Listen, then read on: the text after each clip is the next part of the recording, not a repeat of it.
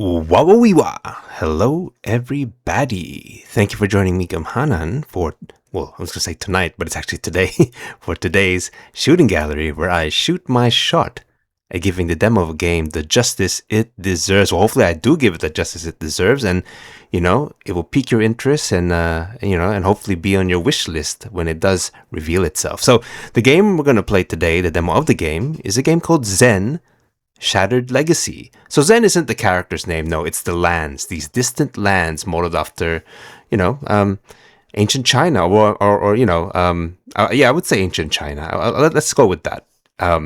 Historically, ancient China. And you play as a robot warrior monk, a nameless robot warrior monk. So, I mean, one of the things I love is when you juxtaposition like sci-fi elements with, I would say, a mythical sort of medieval legendary sort of things. You would normally find an anachronistic type of juxtaposition that works really well. So in this case, I mean, it's not really a cyberpunk type of era per se. No, this is a whole different sort of setting altogether, where the characters themselves are robots, robotics, androids, but it very much is a world that's just has sort of technology doing analog things per se. And what I mean by that is, there's no laser guns, no pistols. There's just robots and technology occupying the space where it would be fitting to also have analog contraptions, or, just normal biological sort of people. So it's very East Asian inspired, and I totally dig it. The art style is phenomenal. It's lovely. I mean, like, I'm always a judge a book by its cover type of person, which is very sad. But, it only gives me that little bit of interest to delve deeper into a game. So, hey, we're going to give Zhen Shattered Legacy a shot, and I will see you on the other side.